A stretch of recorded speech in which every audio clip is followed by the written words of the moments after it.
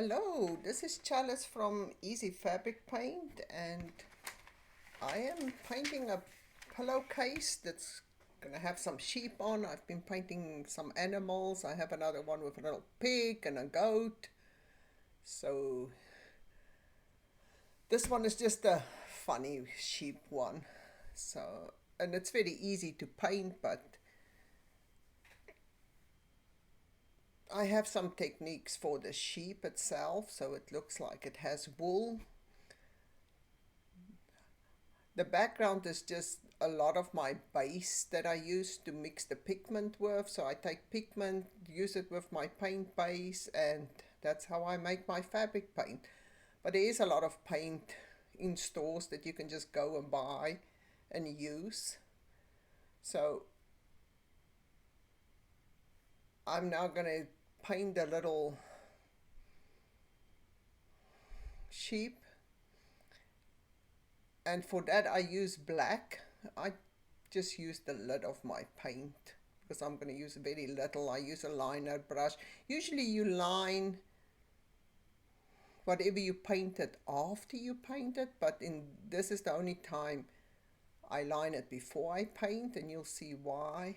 So I just go over all the lines. I use small little brush strokes because I don't want it to just be a smooth line.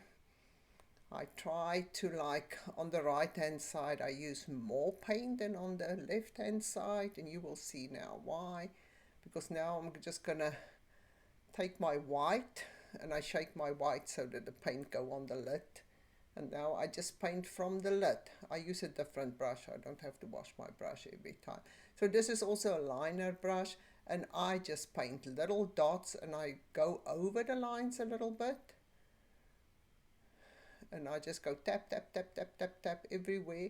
I try and go around the little tail so I don't mess up the tail liner, but I just keep on dotting.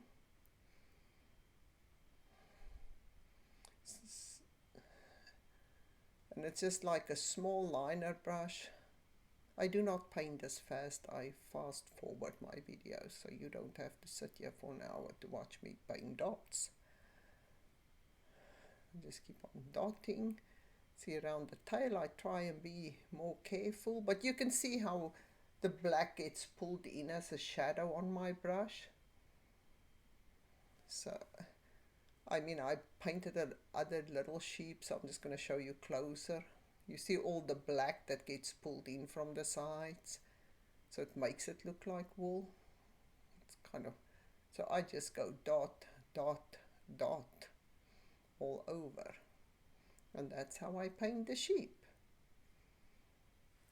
A little bit more dots, and I paint them one by one so that the black liner that I make don't dry up on me, because if it's dry I'm not going to be able to pull it into the white for the shadow. So now I'm going to go to the second one. The first little sheep on top was looking away from us. This one is looking at us, so that little black U that I'm painting is the face of the sheep. Now all I do is go like little dashes around. It doesn't need to be a perfect line. Just go around and around.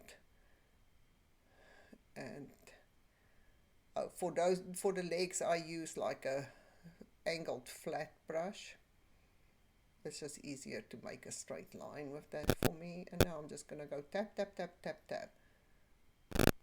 You can totally do this with acrylic paint exactly the same way. Usually there's a difference between painting with acrylic and fabric paint, because acrylic paint's a lot more opaque, so you can basically put one color over another color.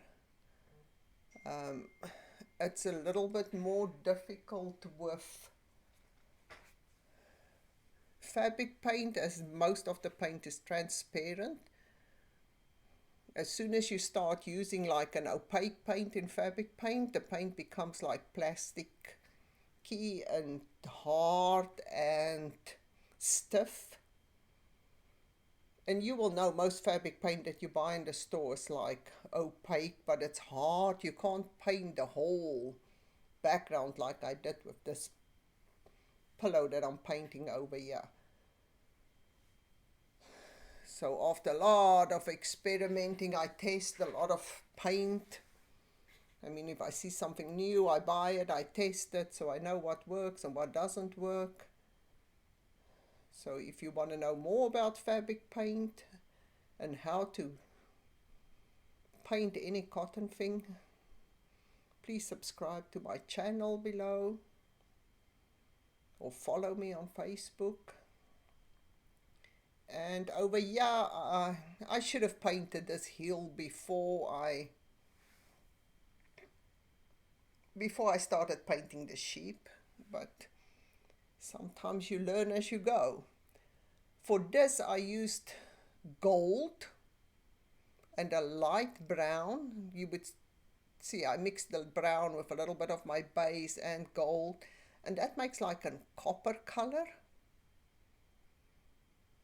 So whenever you want to make like a copper color, you take gold and a light and brown, like a reddish brown. The more red your copper will be, or bronze. Yeah, maybe this is more bronze than a copper. I need more red to get the copper. So I'm just going to keep on painting my little sheep.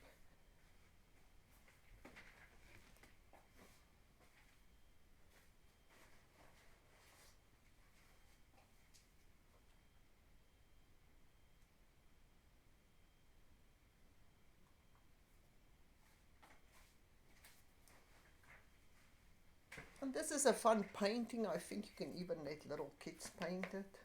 I mean, maybe just give them one sheep to paint and not three on top of each other.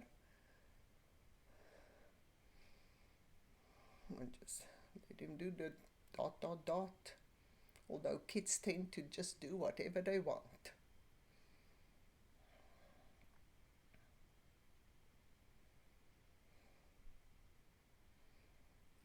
Dot, dot, dot, dot, dot. There we go. And now for the legs, just a little liner brush, and I'm just going to paint a little fence around the hill to make it look a little different. So I'm just using my white and the liner brush, and so I don't know if you can see, but I try and keep them straight up. I'm not letting them follow the hill. And if the line is too thick, I use the back of my brush to scrape some of the paint away. So there's a lot of tips and tricks. The thing with fabric paint is like if you use the base, and a lot of the base, it's like almost like it makes like a, don't want it to sound weird, but it's more like a gel feeling. So you can actually wipe stuff away while it's still wet a lot.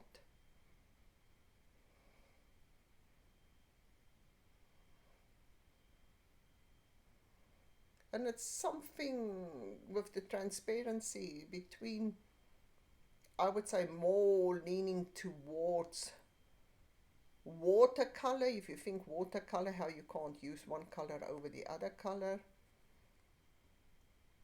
or water color paints, it leans towards that, but then you use some opaque with it, so it's like a mixture of acrylic and watercolor. But very easy to use and teach and stuff like that. Okay, and I used like I'm using a palette knife to just put some, because I have so much left of the bronze copper color that I made, so I'm